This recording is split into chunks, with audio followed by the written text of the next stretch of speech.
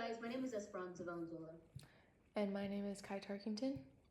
and we will be doing a presentation on dissection proofs.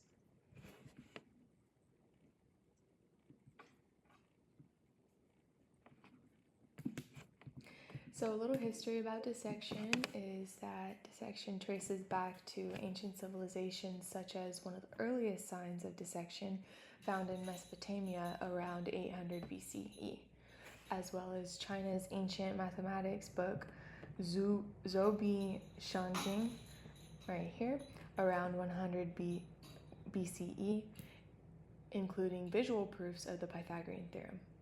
Leonardo da Vinci and James A. Garfield have also explored proving the Pythagorean theorem through dissection. Another very famous proof of the Pythagorean theorem around 300 BC is Euclid's windmill.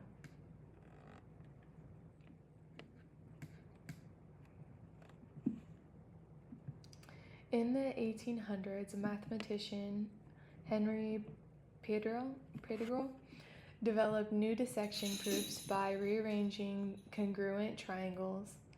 Dissection ideas also appear in tangrams, which originated in ancient China and involved rearranging pieces of a square. All of this connects to the Wallace-Bolyai-Garwin theorem, which is based in 2D, which we will discuss a little later.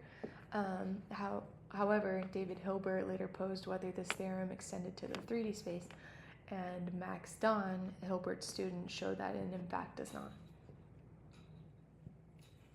We will now move into the dissection proof of the area of a trapezoid. So suppose we have this trapezoid A, B, C, D with two bases, B with length B1 and B2, and then height H. We'll start off by taking the midpoint of AD and getting point E, and the midpoint of segment BC and getting point F. We will then connect the points E and F, and if you notice, AB is parallel to E, and that is also parallel to DC. So all those three segments are parallel. We will now notice that this right here gives us height H, and since we cut the segment in half, the height must also be cut in half. So this right here, this height is H over 2, and this height for that is H over this one. So we now have two trapezoids, this blue one and this green one, and we will ABFE, we will rotate it 180 degrees such that we have FBAE like that. And since F is the midpoint of segment BC, BF is equal to FC. So they do align, which leads us to this parallelogram. Since these are parallel and these are parallel, so we have a parallelogram. And also, since rotations do preserve area, it follows that this trapezoid has the same area as this trapezoid, which also implies that B1 is the same, this base is the same, and the height is the same. This is just what I said earlier. We are now left with the parallelogram, and we will basically move into the dissection proof of a parallelogram, but we use it to prove, we need it to prove the trapezoid dissection. So what we'll do now is we will dissect this parallelogram on segment ER, which leaves us with this, and we will move EDR. We will translate it over here such that it is right here, and that is shown here. And if you notice this right here, E prime, R, that is a rectangle. And like before, since we just translated this triangle, but here it preserves area. So EDR has the same area as E prime, A, R prime. And also, B2 is this side length plus this side length. So B2 here is this and that combined. Okay, now we have a rectangle, which we can work with because we know that the area is base times height, right? And so right here, the base of this rectangle is B2 plus B1. So we have B1 plus B2. And then our height is H over 2, which is the area of a trapezoid. So which concludes our dissection proof for the area of a trapezoid. We will now move into a few definition theorems and lemmas in order to prove the Wallace-Bolyai-Jauregg theorem.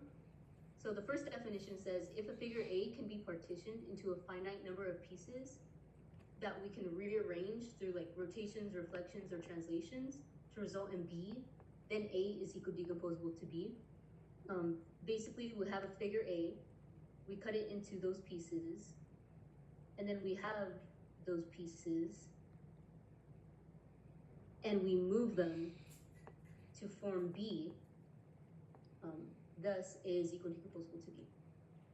The triangulation theorem states that every simple polygon, which just means every polygon that has non-intersecting sides, with n vertices can be decomposed into n minus 2 triangles. So if we had a polygon, a simple polygon, with 6 vertices, that means that it can be decomposed into 4 triangles. It can be cut up into 4 triangles, basically. Lemma 1 just says that transitivity holds for eco-decomposability, which means that if A is eco-decomposable to B, and it is eco-decomposable to C, then A is eco-decomposable to C. Lemma 2 says that a triangle can be decomposed into parts that can be rearranged to form a rectangle. So we have a triangle, we cut it into however many pieces we want to cut it into. Then it can be rearranged through translations, reflections, or rotations to form a rectangle. And then lemma 3 just states that 2 rectangles with the same area are eco-decomposable. We'll now move on to the Wallace-Bolyai-Jauregg theorem proof, which just states that 2 plane polygons are eco-decomposable if and only if they have the same measure of area. And since this is an if and only if statement, we will prove the forward and the backwards direction. And we'll go to the forward direction. Suppose we have 2 polygons B and C are eco-decomposable. Then B can be dissected into n polygons, P1 all the way to Pn. Thus, the n polygons partition B, implying that the area of B equals the area of the sum of all of those polygons.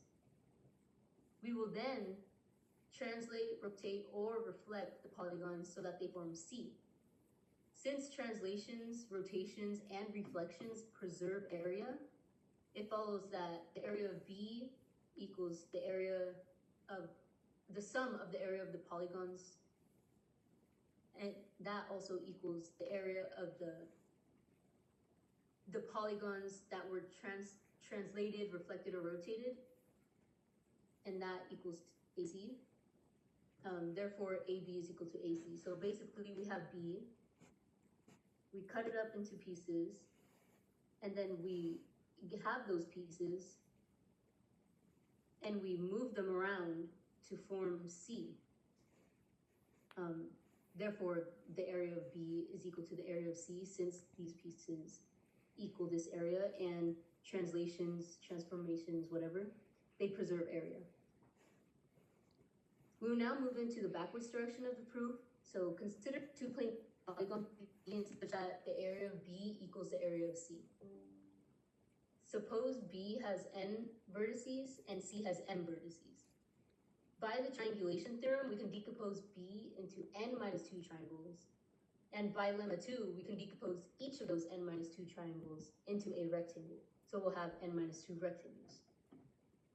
The rectangle then form a new polygon, which will be a rectangle that we will call B prime. So basically, we just had a polygon B, we cut it up into n minus 2 triangles, and then we cut up those n minus 2 triangles to form n minus 2 rectangles, and then move those around to form rectangle B prime. Okay, since B can be dissected into pieces that can be rearranged to form B prime, it follows that by the definition of equal decomposability, B is equal decomposable to B prime. Since B is equal decomposable to B prime, it follows that the area of B equals the area of B prime by the forward direction of this theorem that we just proved. By the same process, we can say that the area of C is equal to the area of C prime. And then since the area of B equals the area of C, which we assumed in the beginning of the proof, and AB equals AB prime and AC prime, it follows that AB prime equals AC prime.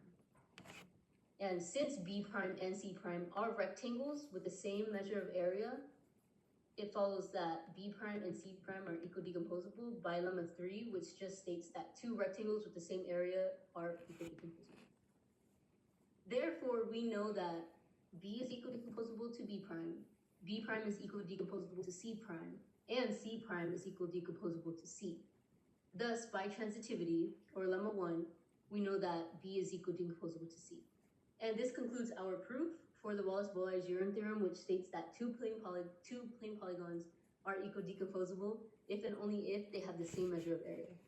And like Kai said before, this only holds in 2D. We will now go on to the Pythagorean theorem proof by dissection. So suppose we have this polygon right here, such that all these triangles are congruent. So they're all right, they all have the same side lengths. Yes. We will then move this triangle over here, and that creates this figure right here. And by a similar process, we will move this triangle right here, we'll translate it here, which forms this figure over here. So we are left with this figure, and if you notice, this polygon right here is partitioned by this triangle, this triangle, this triangle, this triangle, and this square.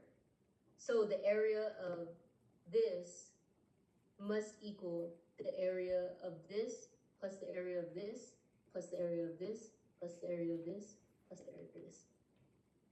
Okay? And if you recall, the area of a triangle is 1/2 base times height. And since all of these triangles are congruent, that have a base A and B, it follows that all four triangles, the area of all four triangles is 4 times 1/2 times A times B, which just simplifies to 2AB. And then notice that this square has side lengths B minus A, B minus A, B minus A, B minus A. So it is a square with side lengths B minus A. And the area of a square is just the side length squared, or base times height. So we get that the area of the gray square is B minus A squared, and that simplifies to A squared plus B squared minus 2AB.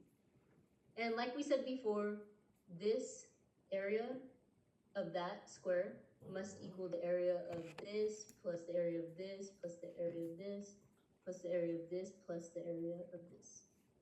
So right here, this is the triangles plus the area of the square equals the area of the big square, C squared.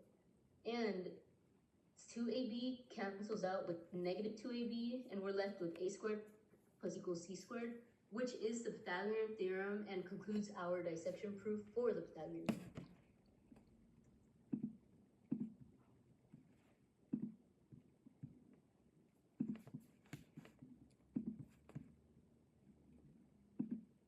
All right.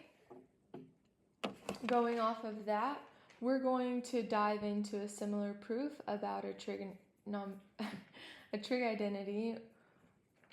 We're going into trigonometry through dissection. For this next proof, we're going to need this key formula called the side angle side area formula. As you can see in the figure, it's 1/2 the product of two side lengths of a triangle times the sine of the angle formed by the two sides. This proof is going to be on sign of sum identity, the sign of sum trig identity that you see here. What we want to show essentially is the area of the white quadrilateral on the top is equal to the areas of both white quadrilaterals on the bottom. And what we will find is that the trigonometric representation of the areas set equal to each other yield our sign of sum identity. So, first thing we need to do is construct our figure. We will start by constructing two triangles, both right and both with hypotenuse 1. In triangle ABC, we will let the measure of angle ACB be alpha, and in triangle CDE, let the measure of angle DCE be beta. Next, using B2 on point B with side length DE, we can construct side BF. Similarly, we can construct triangle FBG and triangle HEG such that triangle DCE is congruent to triangle FBG, and triangle ABC is congruent to triangle HEG. Notice that the triangles aren't always going to be congruent, so the measure of angle CBG is not necessarily pi over 2. So we need to figure out what that angle measure is. The way we solve this is by using the sum of the interior angles of the triangle in axiom A2 to find that the measure of angle ABG is alpha plus beta.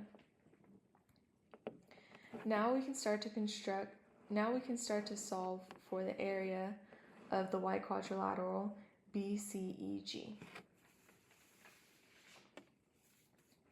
Notice we can split quadrilateral BCGE into two congruent triangles, which we know are congruent by SSS, because CE equals BG equals 1, as well as BC equals GE equals 1, and of course segment CG is congruent to segment GE or GC. So we can say that the area of quadrilateral BCGE is 2 times the area of triangle BCG. Now, using the SAS area formula, we can solve for the area of BCEG and find that it is sine of alpha plus beta using this algebra. Now we can solve for the area of the entire quadrilateral ADHF by computing the sum of the area of the 5 shapes that partition it.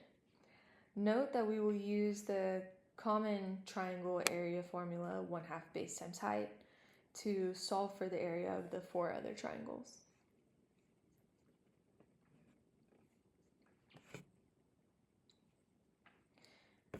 Which yields our first representation of the area of quadrilateral ADHF sub 1, to be this equation here.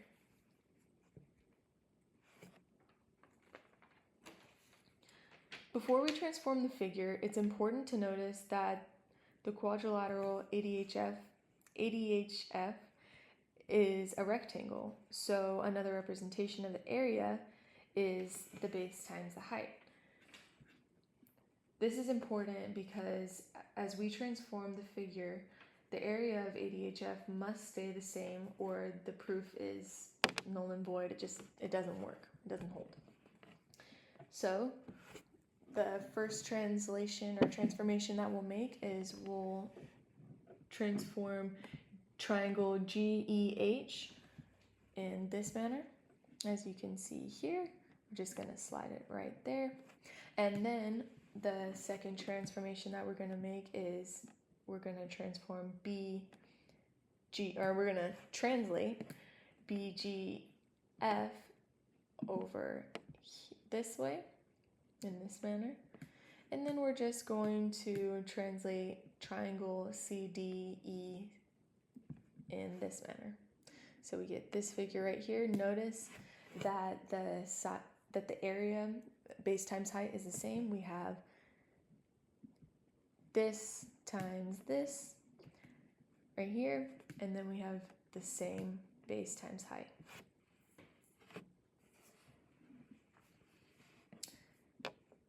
Alrighty, so another representation of the area of ADHF is the sum of the area of the four rectangles that partition the quadrilateral ADHF. So we're going to denote this by ADHF sub 2, and this is the sum of all of the different rectangles, and it yields this. And now we're going to set that equal to the area of ADHF1, this right here.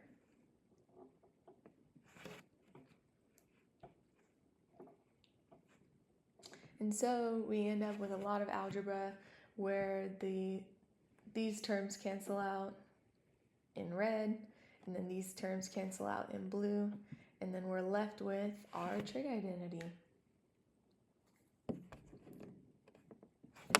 And that concludes our proof for the sign of sum identity. But what about other models of dissection? Or what about other dimensional spaces? What about other models? Well, in our final draft, we want to include a tessellation problem with the surface area of a sphere. And upon further research, we're going to complete that proof and put it here. We don't know if it's completely or partly. And also, earlier when Kaya was explaining the history, she stated that the Wallace-Boas-Jauregg theorem does not hold in 3D. And that is because David Hilbert right here, he posed the question, as she said before, does it hold in three-dimensional spaces? And his student, Max Don, found that it actually does if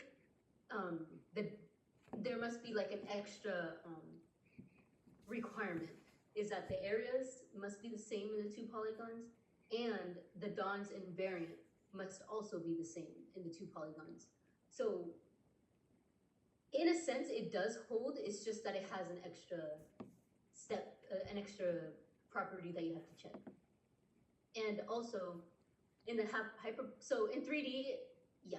So the hyperbolic space, the hyperbolic half-plane model, and the spherical model, proofs by dissection do hold. It's just like in certain instances, there's not like a theorem that says, oh yeah, proofs by dissection hold if this all the time. It's just like, oh, in this case it might, and in this case it might not, and so on and so on. So then it's not really reliable to use it. So there's not many examples, and we will possibly go over it more in our final draft, but we most likely will not because it is above our scope of research. So to sum everything up, dissection proofs have been around for centuries, dating all the way back to 1800 BCE in Mesopotamia, and they do hold in Euclidean space, HHPM, and the spherical model, just a lot less common in the last two. We can use these types of proofs to conclude congruency and area measures of polygons, and we can visually prove algebraic identities and theorems that we just automatically assume to be true in high school. And while they are helpful for everybody, they are especially helpful for younger kids, like younger people, to help them understand why mathematical facts hold without really going through like an abstract proof. Just like showing them, oh yeah, you can move this here and this blah, blah, blah, and you get this. And then if you did find this topic interesting, we would highly recommend you to try Euclid's windmill proof, because going through it is actually kind of difficult, And if you're doing a formal crew, we do use information and topics that we learned in this class. Thank you for watching. Thank you.